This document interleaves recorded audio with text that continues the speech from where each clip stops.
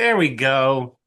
Well, I've got a fancy camera that makes me look way prettier, so I try to use that one when I'm well, in the you look spotlight. pretty. Okay, so if we get disconnected, Alex, I want to make you a co-host so that you can still drive if Oh, perfect timing. Hang on, let me get my audio turned on. you guys can keep your audio on. Hi, And I've been Chase. getting some Instagram messages, so let me. Everyone's been sent a new whatever you call it, and we sent to everybody who signed up, we sent a message with the new link, with the link, since nobody ever sent a link. It's never happened before. First for everything. Let's see. Yeah, I thought for a second I was looking for an actual link and but I saw the blue There's, button that said join us this time. I'm like, okay, there's there supposed we go. there's supposed to be a link, and all I can do is tell you that whoever set this up made a boo boo. Yeah. But it wasn't me, and I'm going to just try to appear calm, even though I'm freaking out. Because, Oh yeah, total panic attack mode. well, you get it, you get it. We have our person with an incredible reach on and an incredible ability to market himself. That would be Alex Boyd in this box right here. And I'm going to be busy letting people in for a minute. If you'll just grant me three. Well, we're at 6:50, Come up here. 10 minutes. Yeah, I think, and if I mean, obviously, I am happy to start answering anyone's questions at any time, but I Uh-huh. feel like we should give folks a few minutes to kind of iron out the kinks of this before I actually haven't, I don't have like a good spiel or anything, but I do have some pictures to show you all. And I was also thinking I would pull up the handout for the class so you can get an idea of the process for building this cuff. But also, I'm happy to answer any questions about anything. So, So how Oh about boy. this? I guess you go unintroduced because we didn't have a classy beginning to this, but I will thank you in advance for sharing your time with us. And clearly, this is Alex Boyd, and thank you for being a support to Mag and to Alex. And I'm going to let him share what he's going to be teaching in this workshop, and I'll stay busy letting people in the room. And Alex, if people have questions, should they just unmute themselves and ask, or do they want it in the chat, or how do you want to do that? maybe do the little hand raisy thing. Oh, okay, I that would feel like because I guess we had like 92 people right. sign up, and I feel like if we just start asking, it could be apocalyptic.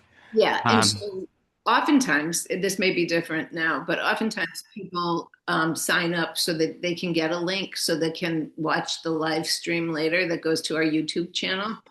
okay. But I think with you, we're going to have a lot. We have 20 people who have found their way through our debacle. And so I'm going to just let you share what you want to share. I do think that we have one or two more spaces in the in person, and we can accommodate a lot of people on our virtual. And so there are both available, and you know that drill a little bit from our previous life. And we have a new studio that we're very proud of, and a wonderful location for it. And so anyway, we can't be any happier. And for those of you that signed up before that got disrupted by our contract garbage, we thank you for coming along for the ride with us and dealing with our postponing. So that's all I got. And Alex, if you feel comfortable going from there, if people have questions, if they can raise their hand, and then we'll see you, right? And Alex, you're a co-host. I'm a co-host. Cool. So I should be able to see that. Mhm. Um, Gosh, I was wondering, like, I want to tell people about raising your hand, and I used to know where that was, but I haven't done a Zoom class in a while, and now I'm not finding the raise your hand button. Let's Um, see down on the bottom. No, I don't have the raise your hand button either. Does anyone know how to do that? It shows up as react. There's a heart that says react. Oh, that's nice.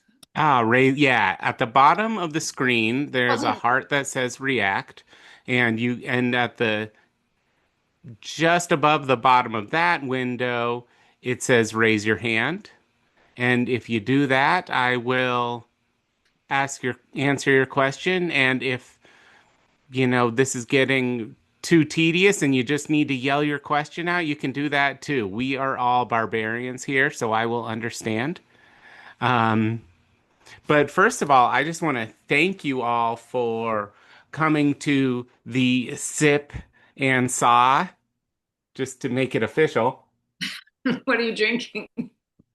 It is a hazy IPA brewed in Colorado because I guess Colorado has more breweries per capita than Germany, which is probably problematic, but it's good for those of us who like our hazy IPAs, I guess.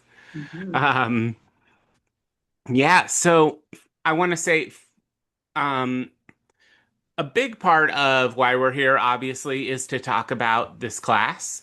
Um, but I am also absolutely open to answering any questions you may have about other things as well, because I know probably all of you aren't going to be in the class. Although I'd love it if you were. I think there's too many people signed up for the sip and saw to actually fit all of you in the class. And I don't want to waste your time. Um, so, this class, I'll start by explaining the class, kind of walking through the origin of it and what I'm going to cover, and then open the field to questions. So, this class is based on a hinged cuff that I have made for probably about 10 years now in a lot of different iterations with a lot of different variations to those. And at this point, I've made it enough times that I don't feel precious about it. I don't feel like I don't want everyone out there making similar things. I am happy to share everything I know about it.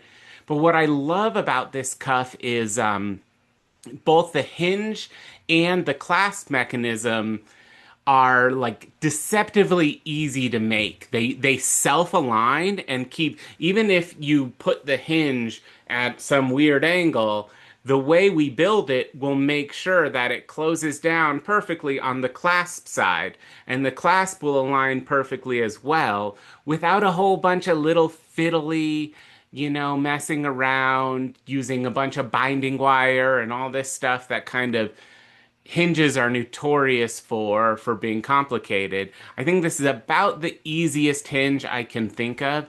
It's also a really durable one where I've had folks, since I've been making this for 10 years now, I've had folks who they might bring their bracelet to me to do like a repatina on it because it's lightened over time and it still functions just as well as the day I made it. Which I think that's a good sign that it's a decent engineering there. Um, and one of the other things I love about this bracelet is you get there's an initial clasp when it closes together, and then we make a little butterfly clasp for safety.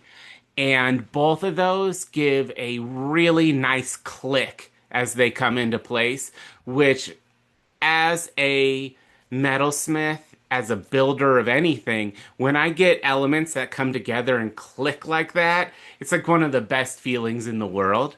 And I want to share that with everybody.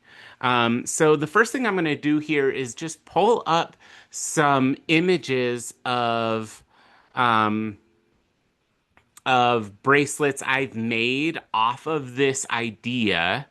Let me share my screen here.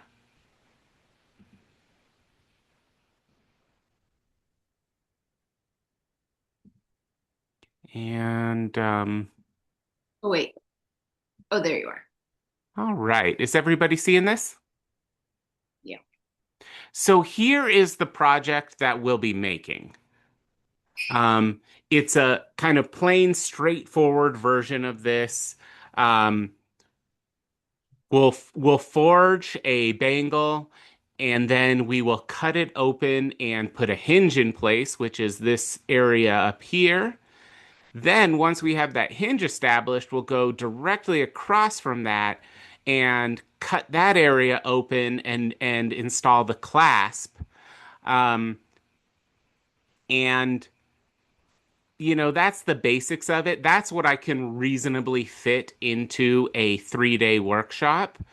Um, but, and let me get some close-ups on the mechanism. So this is the butterfly clasp here. And then this clasp here, a lot of people, when they just see pictures, they just see two elements coming together and they don't realize that that's actually a clasp itself. So is my mouse point visible there? Is that? It Okay, works. great. So as this comes around, it's slightly smaller here and here than the diameter of this section here. So it gets a nice snick as it comes together. And I've actually, some of the earlier iterations of this just have that as the clasp, and it's still a functioning clasp. But as I started adding more elements, putting stones and gold into these bracelets, the price started to climb and climb. And I just thought, at this price point, I can't have an angry client because the bracelet came open and they lost it, or even if they didn't lose it, they're just mad that the bracelet keeps coming open. So I thought I better add a little secondary clasp. So that's where that comes into play. Um, let's see. But I've done a lot of different versions of this where I've put in cabochons in the center of the cuff. And then let's see if I can just see there with some little side stones. Those are actually zircons, which just felt like complemented that aquamarine perfectly there. And then in the little clasps, I like sometimes to go crazy, so I like capped the end of the I guess the male part of the clasp there with gold, and then flush set little diamonds in there. I'll talk about this during the class, but if I tried to build a class where we put all those elements in, that I would need like more than a week, and that's definitely not going to fit into a 3-day. But it can show you some of the potential there. Did the same thing over at the hinge side here. And I will also talk about and demonstrate how the basics of how I would put a cabochon in the middle of the cuff here. But once again, it's a little much for a 3-day. So you'll get the gist of it, and then you can go play on your own. And obviously, if you are working on this on your own and you want to add a cuff, you're like, I don't know if I totally understand this. I am always here for my students to, if you want to email me and ask me questions, or, if we need to do a little FaceTime or something like that, I am happy to do that for you. Let's see. Back out of here. Here's another fun one. So this greenstone here is an mtorolite, or it's also called chrome chalcedony. It's a stone from Tanzania, and there they call it mtorolite. And there's also like pops or like clicks in it, and I am gonna mangle the way they actually say it. But oh, sorry, my mom's calling me. She'll have to wait. Um, so Mtorolite's the closest I can get, but if you want to not be risky at all, you can just say chrome chalcedony, with a bunch of flesh set diamonds of diminishing size as it goes to the hinge and the clasp side. There's the underside of it. This was a really fun piece to build. Gorgeous. Nice 22 karat bezel there for the stone. And I will do not, this class is not a flush setting class, because honestly, a flush setting class, in my opinion, should really be like 10% demonstration, 90% the students repeating that over and over and over again, because that's how you actually get good at flush setting. You learn the process and then you just need to repeat it a bunch before it kind of intuitively makes sense and you can pull it off. Um, and if that were the class, we had no time for, all the other aspects of fabricating this bracelet, building the hinge and clasp. But I do want to talk about it because I honestly don't want to teach a class just on flush setting. It would be super boring for me. Um, but it's a super valuable technique. And I'm going to cover both how I approach flush setting a really durable stone like a diamond or a more fragile stone, like say you want to flush set an amethyst. I approach those in two different ways. One of the things I love about diamonds is you can really beat the heck out of them. With a diamond, I'll use a ball burr to cut the seat and I will just mash that diamond into the concavity that I cut with the ball burr and then run a point burnisher around that and that stone is set.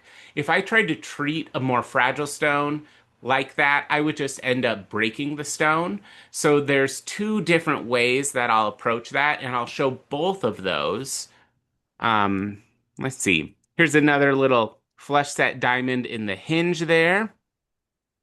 Here's a fancy 18 karat yellow and diamond butterfly clasp.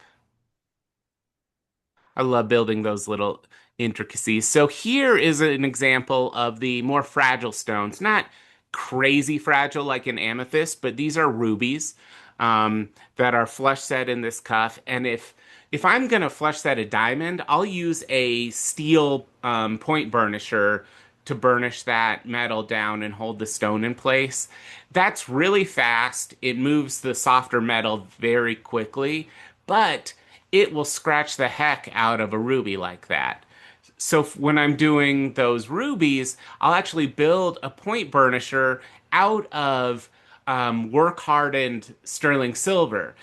That sterling silver, since it's work hardened, it's hard enough that it can push softer metal like annealed sterling silver around a stone, but it's way softer than the ruby, so it's not going to risk scratching that ruby. And I'll go more into depth on how I shape that point and all of that stuff in the class. Um, more close-ups.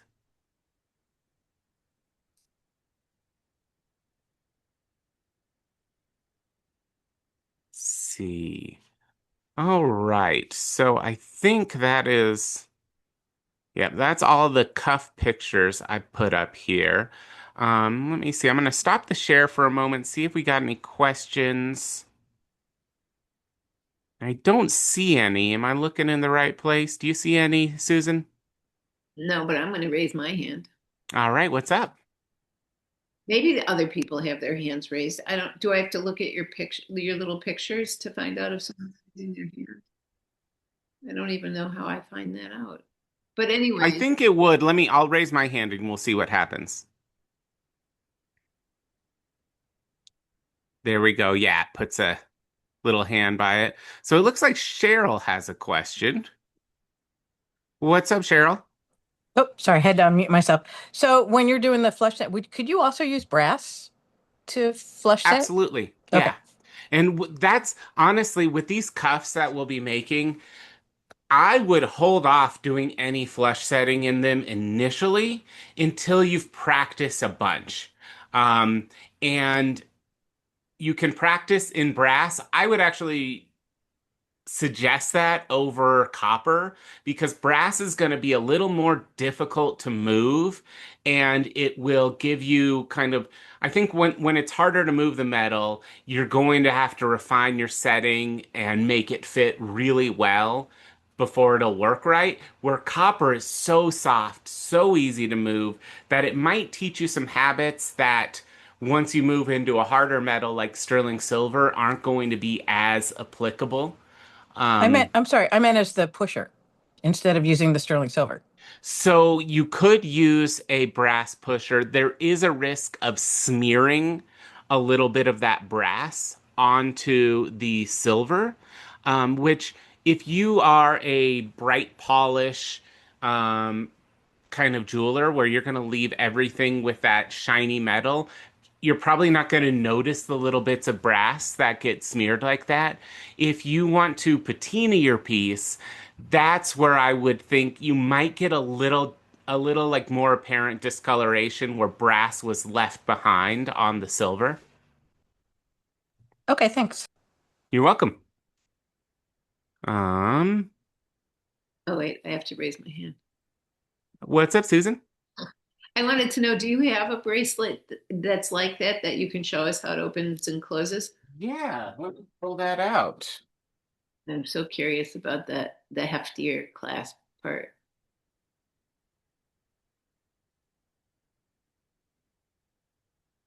And someone else wants to know what gauge your bracelet is. That would be Gal.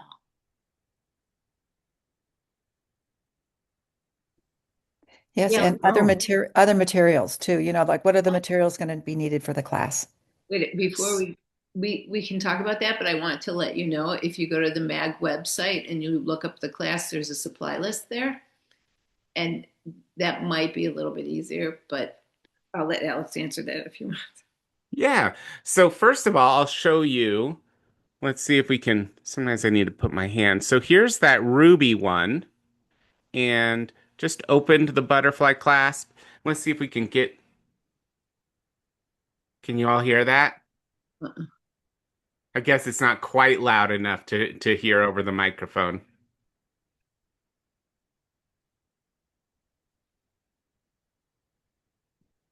But in person, you'd be able to hear it. And the way these work, slide that over, snaps right into place. And one of the things I like about this hinge is it's robust enough that you get a little bit of movement here and need to align it, but some bracelets that I've worked on, like you really have to work to get that alignment right for it to fit into place. This one holds pretty steady and you don't have to reach for that. Um, and yeah, so that's one version. And Um, let's see, materials. So for this bracelet, we are using stock that is, let me pull out my calipers. I think I this one's 2.24. I believe 2.4 is what I use in the actual project. I've got the PDF here and I can tell you exactly. So the bracelet itself, the bangle aspect of it is 2.5 millimeters thick by 5.3 millimeters wide. And in my kit that I provide, it's 22 centimeters long, which is it's more than most of you will probably need. But I like to make sure that I've got enough in there that if somebody, wants to make a bracelet for somebody who's got like like my arms, huge, muscular, incredibly strong arms, I need a lot of metal there to contain me. Most people don't need that.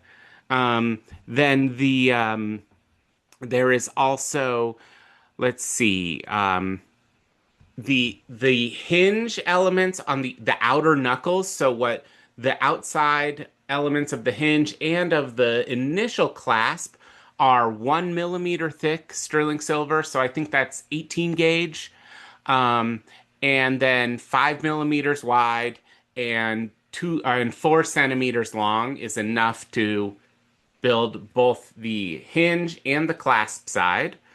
Um, then there for the rod that gets riveted into the hinge, as well as what we use for the clasp, is 2.5 millimeter round wire. Um, then the tubing that is used for the clasp is 2.5 millimeter inner diameter heavy wall tubing so that that 2.5 millimeter round wire slides right into it really tightly, which makes it super easy and clean to solder. Then we use some 0.8 millimeter round wire, which is 20 gauge for the butterfly clasp. Some 8.8 millimeter inner wall tubing for the little bit right here that holds that butterfly clasp. And then there is hard silver solder for most of the fabrication, and we'll use just a pinch of medium silver solder just for the really scary parts where you don't want to risk overheating everything and messing up your work. Honestly, when I build these for myself, I just use hard across the board and rely on the fact that every time you melt solder, some of the zinc in there that helps it flow gets vaporized, and it ends up needing to melt at a higher temperature in order to flow again. So by the time you've done a few operations, your old solder seams are basically like extra, extra hard solder. And then the hard solder for the next operation is going to melt lower than that. That's what I rely on, but I've got a lot of practice and repetition at this, so I know what I'm looking at and when things are going to go all cattywampus. For the class, just to help everyone have the maximum, you know, percentage chance of success, we do switch down to medium solder for a couple of the last bits. Let me go back. Let's see.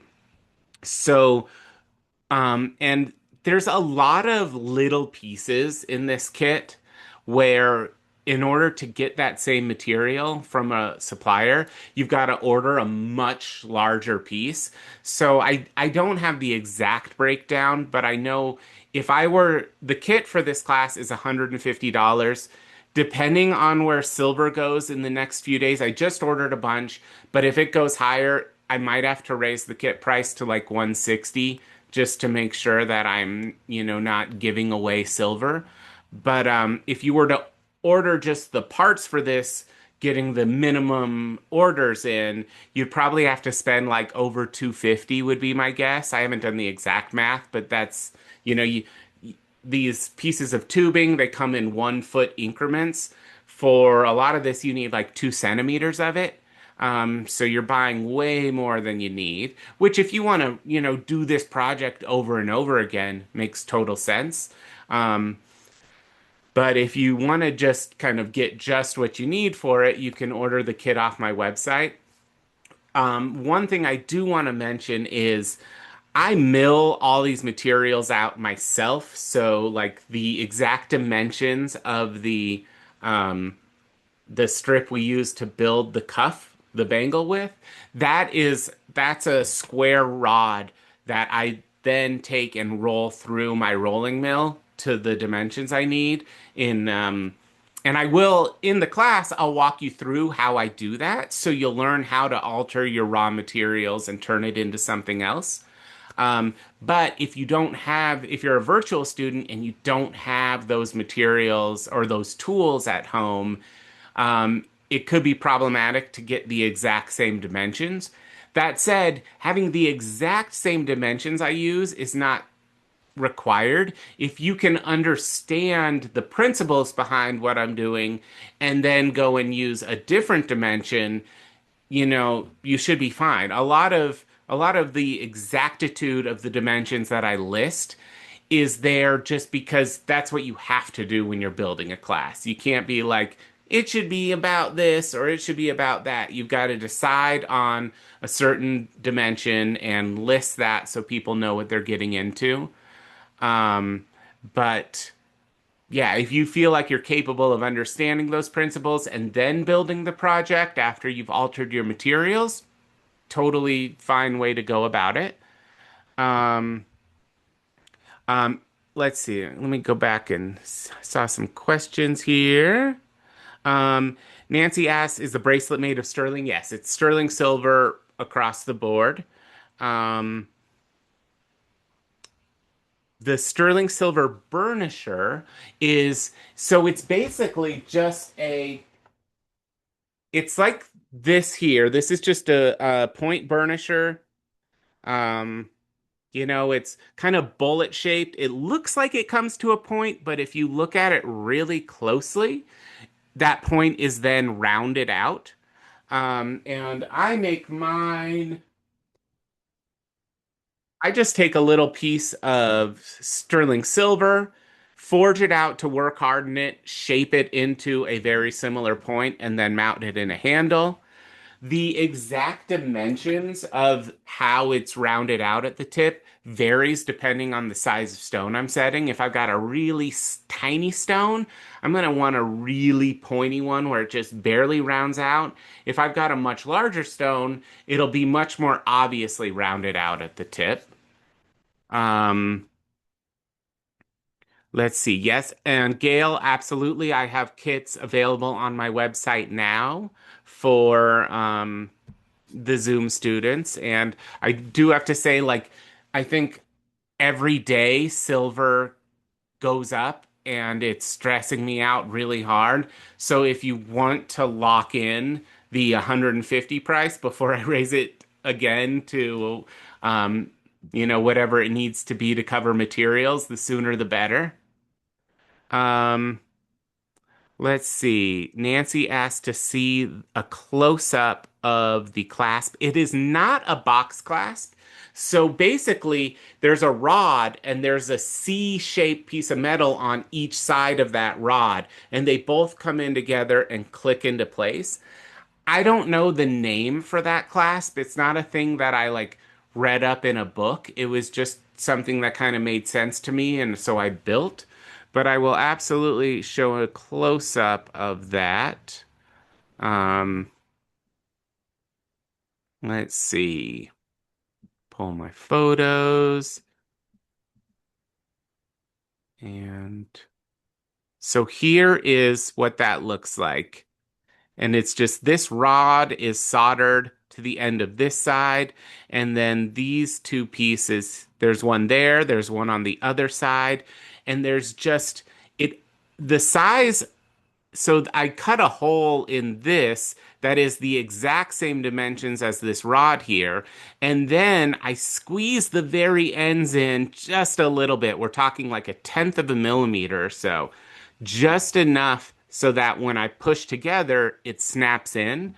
And that tenth of a millimeter, the way it gets to be that precise is I push it over a little further because a tenth of a millimeter is super hard to control.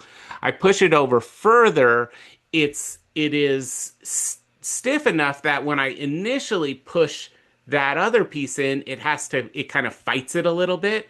And then because metal tends to want to bounce back, it has a little bit of memory, it squeezes in over that and holds it in place.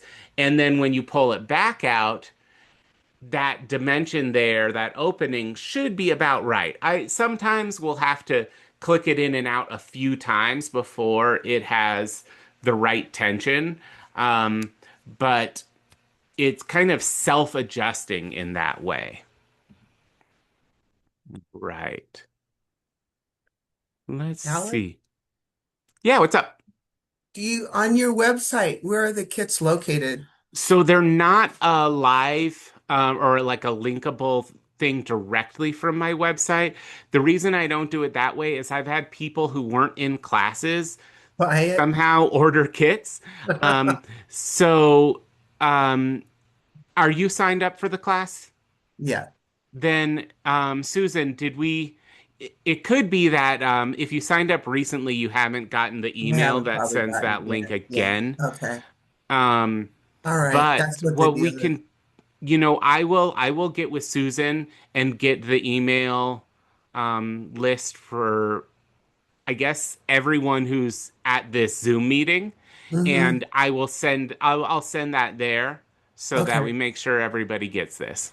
Okay. Thank you. You're welcome.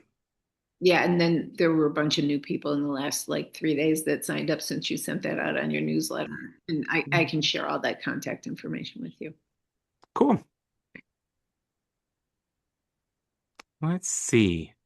Um, Are there any other questions that I can answer? And it does, like I said before, it doesn't have to be specifically about this project. I'm happy to just answer any questions that you might have. Is your texture done with hammer handpiece? It is, yeah, and that is part of the class as well because I have learned I'm not allowed to teach a class where I don't demonstrate how I do my texture. Um, it's I'll have a rebellion on my hands. It's done with a hammer hand piece that has kind of similar to the point burnisher where it looks like it comes to a point, but it's got a slightly rounded tip. And I just stipple over everything. It's kind of like the world's smallest ball peen hammer.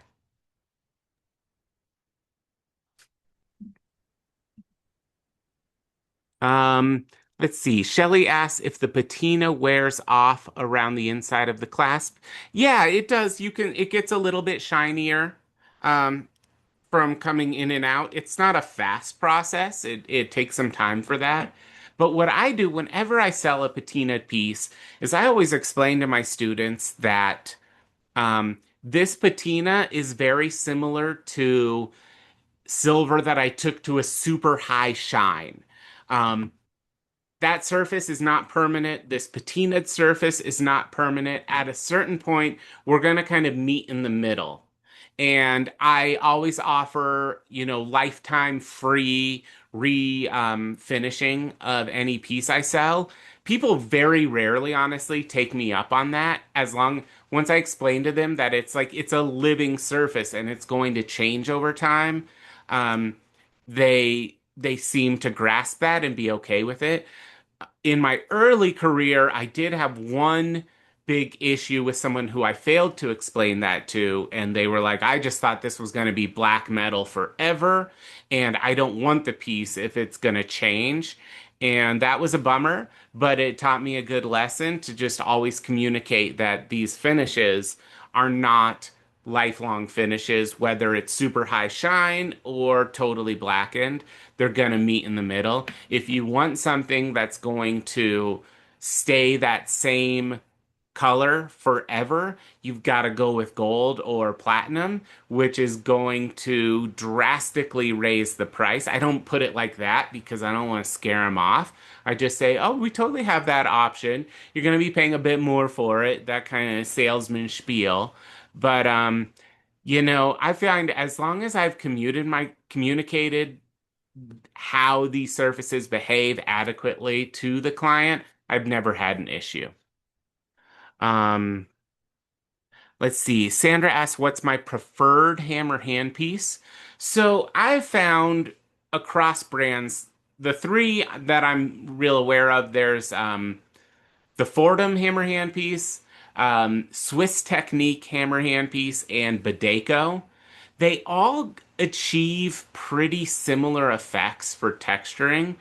The Swiss Technique and the Badeko offer a much wider range of adjustability, where you can really tune in how aggressively that tip is hitting the metal. So that's one big advantage with Swiss Technique and Badeko. The other is they're more durable. I initially was using Fordham hammer hand pieces, and because I texture like crazy, everything gets textured. I was getting like 6 months lifespan out of those hand pieces before they broke. Where the Swiss Technique, I probably get like 2 years out of one before it breaks. I don't have a Badeko, but I would assume pretty similar level of durability because they're just both a little more finely machined and manufactured. Um, let's see. For Donna asked in this class, am I going to discuss the gold overlay iterations? I'm always happy to answer some questions, but this class in particular does not have a gold focus on it. Um, let's see. Sandra asks about liver of sulfur. Which one do I prefer? So any of the gels have always worked well for me, regardless of the brand. I think the last one I was using was Midas XL gel, and it works great.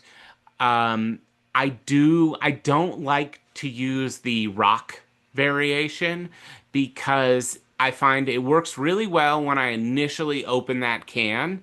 Very quickly, the quality of patina it gives me deteriorates. It still works, but it doesn't give me the deep dark black really quickly. And that's what I'm going for. I want a consistent patina across my pieces or even the different elements of my pieces that might be patinaed at different times.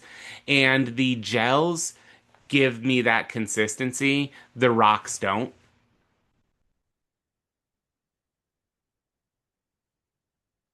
See. Any other questions I can answer? Okay, I've got one more question.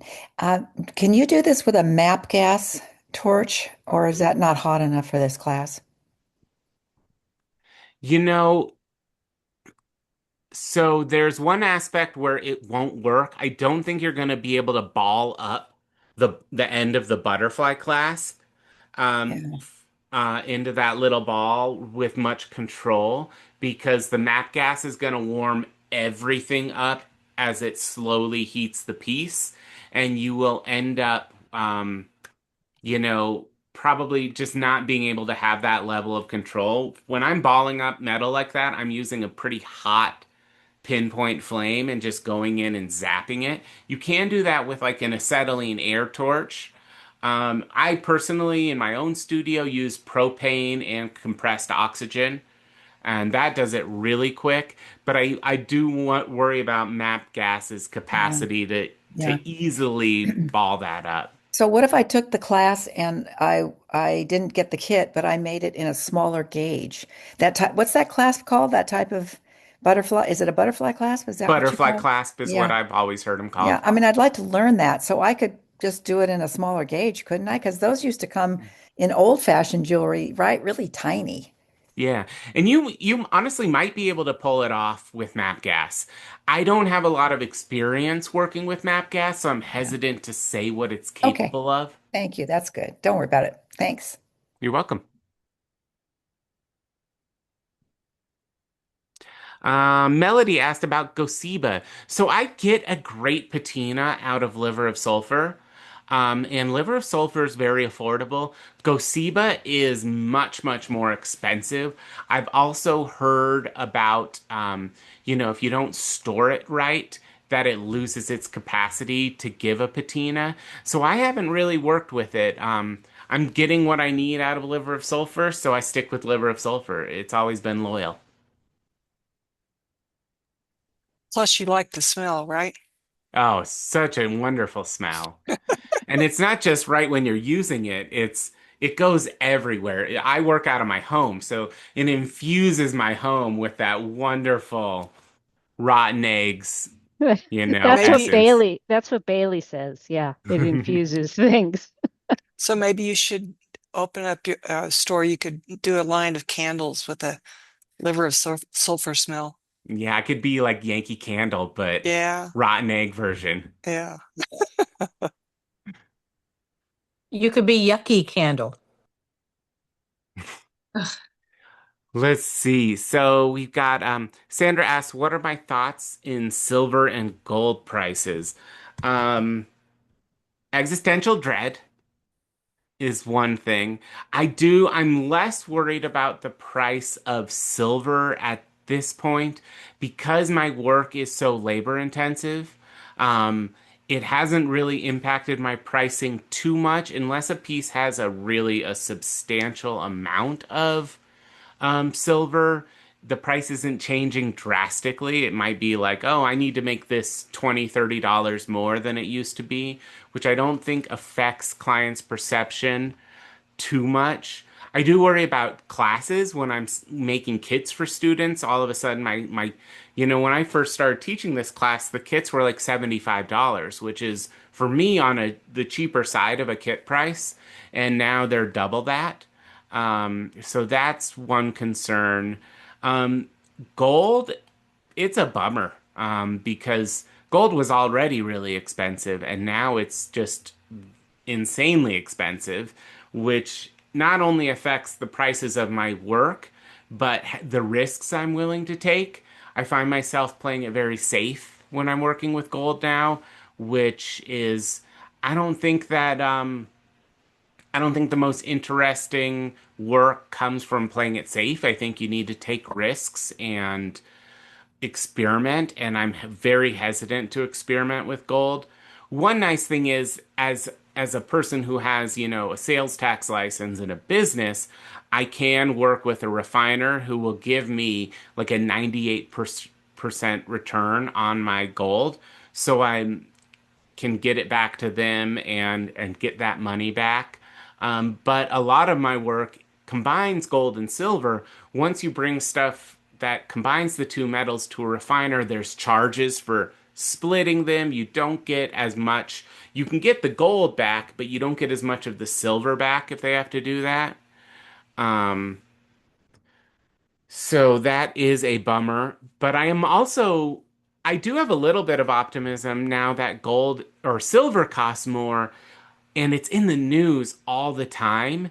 Maybe your average consumer is going to understand the preciousness of silver a little bit more, which allows me to cover the cost of labor without people being like, why does this cost so much? They're like, oh, yeah, I know, because silver's gone crazy. Let's see. Lisa asks if Bodega or Swiss can be used on the Fordham flex shaft. Yes, they can. Technically, they're not supposed to be. They say use it on a I believe there's one that is like it runs slower but has more torque. I think that's the one they say to use. I just use it on a regular pendant motor and just am careful to run it slowly because what's going to hurt those handpieces isn't, the exact type of motor you're using, it's the speed that you use it at. Right. They do make these adapters that will only allow it to run at a certain speed, and you can just set that to a low speed. Um, so that's another option. Or if your foot pedal, if you've got a crappy foot pedal, sometimes they're not very responsive at all, and you end up either not running or running way too fast. Um, that could be a problem. If you've got a decent foot pedal, you can just run it slowly and it will be fine. Okay. Let's see. I think that's all the questions in the chat covered. Stephanie, you had a question? Hi, Alex. Just curious of what classes are you looking to do in 26? So in 2026, what is my schedule? I can pull up my calendar and give you an idea. So Bailey and I will both be in Tucson the 1st through the 6th, teaching a bunch of one-day workshops. And we did have a lot of those, we set aside one spot for scholarship applicants, and we're just not getting the scholarship applicants like we thought we would. I think because, yeah, the class is free, but you still have to be able to travel to Tucson and afford lodging. And a lot of the kids that we were hoping to attract, I think they're just still can't afford that aspect of it. And we're going to open those up to, normal full price students very soon here, and we'll be sending out a newsletter. So if you are signed up to receive my newsletter, you should be made aware when the last spots in those classes become available. Are those the ones at Potter or at Yeah, they're at Potter. Okay, Yeah, we cool. we did teach at Vivi Magoo, and I mean it was great. They're a super, nice vibe in that organization, and the whole having everybody at the hotel is a cool thing. But we found that the work of bringing a whole studio into a hotel conference room and then running the class was a lot, and it didn't let us teach our classes kind of to the degree of finickiness that both Bailey and I have. So we got an opportunity to teach much smaller classes through Potter in a designated, fully set up jewelry studio, and just we probably won't make as much money, but it'll be more fun, I think, for at least for us to teach Yeah. out of that environment. Every student will be at an actual jeweler's bench. Everything's fully equipped. Um, let's see. Then in March, I will be teaching in DC um, it's on my website. I can't remember the name of the studio there. It's some folks I'm working with for the first time. But that'll be March 13th through 15th. I'll be in DC. Then April 4th, 11th, and 18th, I'll be teaching an online only class through Pokusin. Then April 24th through 26th, I'll be at Diane Weimer's studio in Long Beach teaching it's a pendant class that focuses a lot on my gold on a budget techniques, like putting really low bezels that still hold stones nicely, and then a gold rim around a back plate. So you get these different layers of gold. We'll also do a silver rod that has a gold cap on it, and that gets a flush set diamond in it. And all of that comes together into a pendant. I was calling it gold on a budget, honestly, with gold at this price. I don't know if I can call it gold on a budget anymore. It's like just cheaper gold. Um, Then in, let's see, May, I will be teaching I believe the May class is about funky shaped stones with a gold bezel. It's just a 1 day class at Silver Peak here in Colorado. And I'm not sure I have all of these up on my website, but I will try and get on that in the next couple of days here to make sure that everything's up there and linked to where you can learn more and sign up. Um, June or May 30th, I will be at what is it called? The Boulder Metalsmithing Association teaching a lapidary class that's in person only. Then I will be teaching 2 classes at Silvera in June, which is in like the Berkeley area. I can't off the top of my head remember what those classes were. There's 1 day, I believe it's a twisted pineapple twist class, which is like twisted wire that gets twisted, rolled, twisted in other directions, and you get these really cool patterns. And then we make a ring and a bracelet out of that. And then I can't remember what the other 3 day class added to that was. But like I said, I'll get on that and get more. And I think that's all. I have other commitments for classes, but we haven't ironed out what they are or what the exact dates of them will be yet. Seattle would love to see But you I again.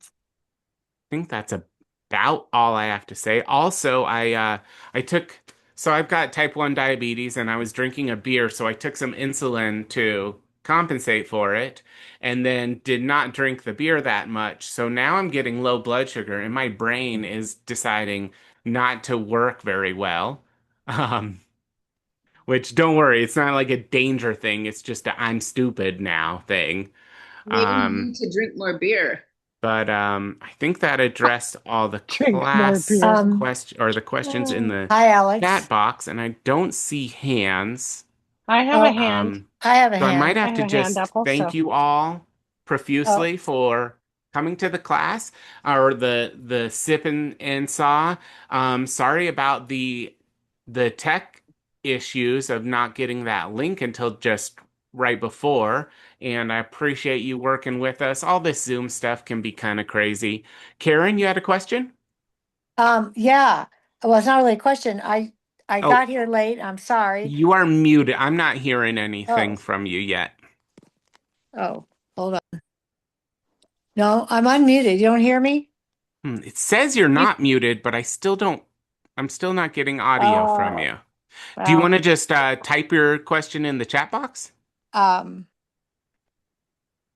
yeah, I'm using my phone, so let me see.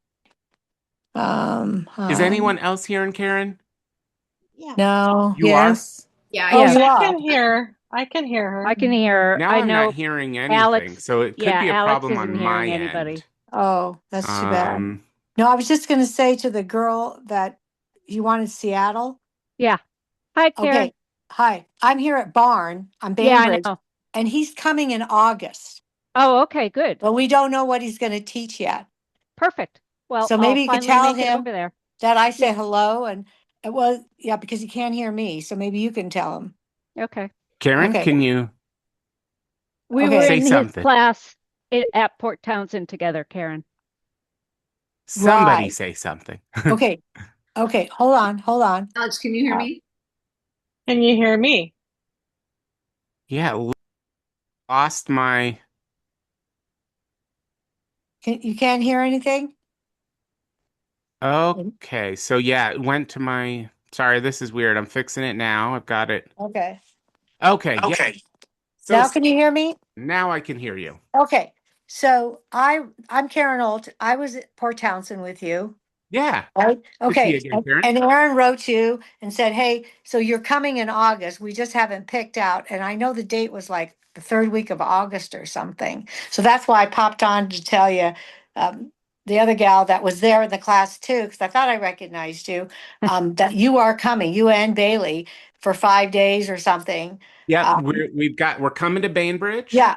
We just We have to decide what you're gonna teach, and we wanted to do something different because, everybody's taken a few classes and, you know, anyway, no, we're very excited for you to come. Me too. I love Washington. Yeah, I know. I Anytime know. someone from Washington wants me to come teach, I'm like, yes. Yeah, And then well, I that's ask what I all the told them. You questions can of like, come teach in my little studio, Alex. How about that? Just me. as long as it pays, I'm there. Yeah, well, Oh, but shoot. anyway, I mean, Are you coming well, back to Danica? Yes. So we're in talks with Danica now we don't want to be too close to Bainbridge since they're pretty close together, but maybe around the time of the symposium there, the Seattle October. symposium, Yeah. and obviously do Perfect. totally different classes than we'd be teaching at Bainbridge. Yeah, none of you, the only class that's on your website is this one that I can Okay, then find. I need to get on there and update everything. I'm the worst about staying up on my website, but now that I've told you all I will, I've got that pressure to make it happen. So I'll get on that tomorrow and make sure everything's listed. Oh, the pressure's on. Sandra here. I'm in Eugene, which is 2 hours south of Portland, Oregon, and I would love, I mean, like Bainbridge I could do, depending on the cost of and if there's anybody I could stay with. But I've been wanting to take a class with you. In fact, you guys were in Tucson, and I was hoping to go to Tucson. And you're like, it's not just students that have trouble getting there. I've been wanting to do that since I was, let's see, I'll be 60 in April. I've been wanting to do this since I was a student, in my late 20s, and and I just couldn't hack it, just to get there and make it work. And in fact, I had not done any work in 15 years, and last year I did the holiday market here in Eugene and got like the best client you can possibly want, a guy, who wanted to do something special for his wife.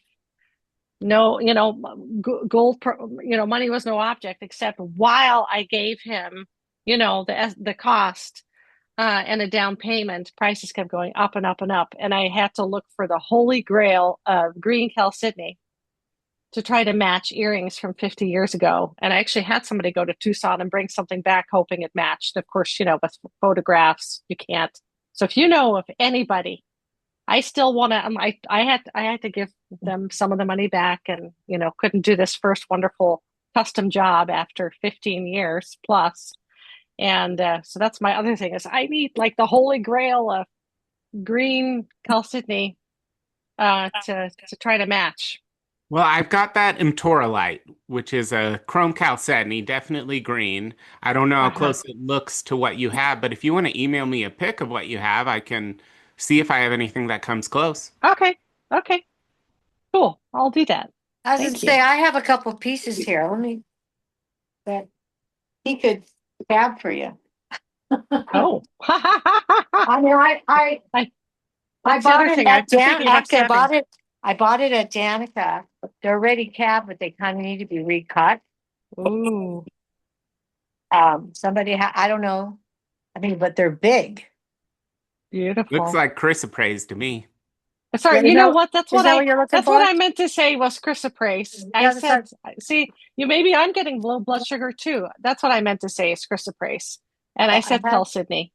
I have these two pieces I bought.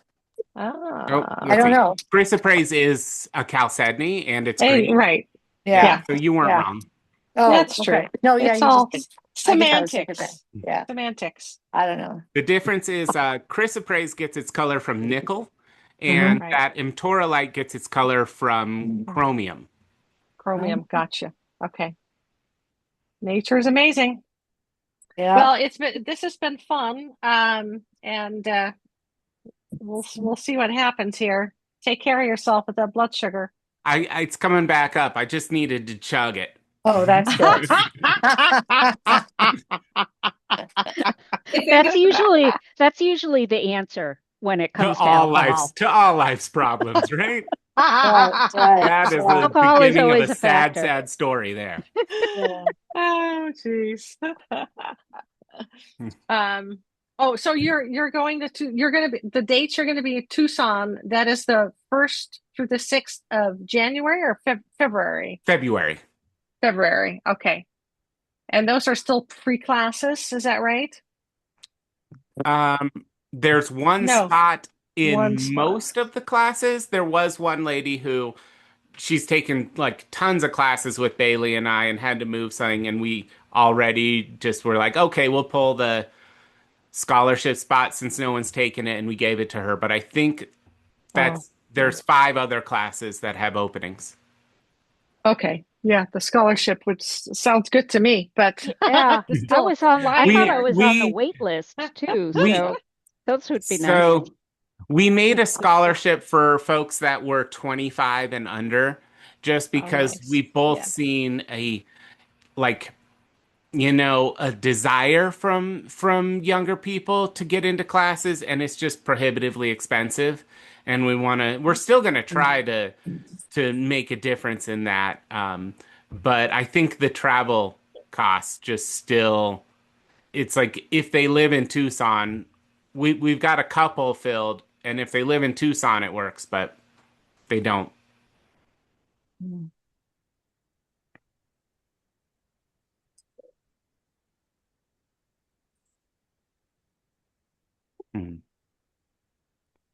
Oh, Susan, are you saying something? Because you're muted.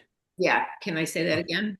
Yeah. I was going to say if we could find a way to wind this up and also to offer to answer any questions that anybody might have about the Atlanta workshop, and also to give Alex, you tell people how you want them to reach you about all of your other worldly travels and wonderful classes you're teaching all over the place. Do they just email you or? Yeah, so I just put my email into the chat box.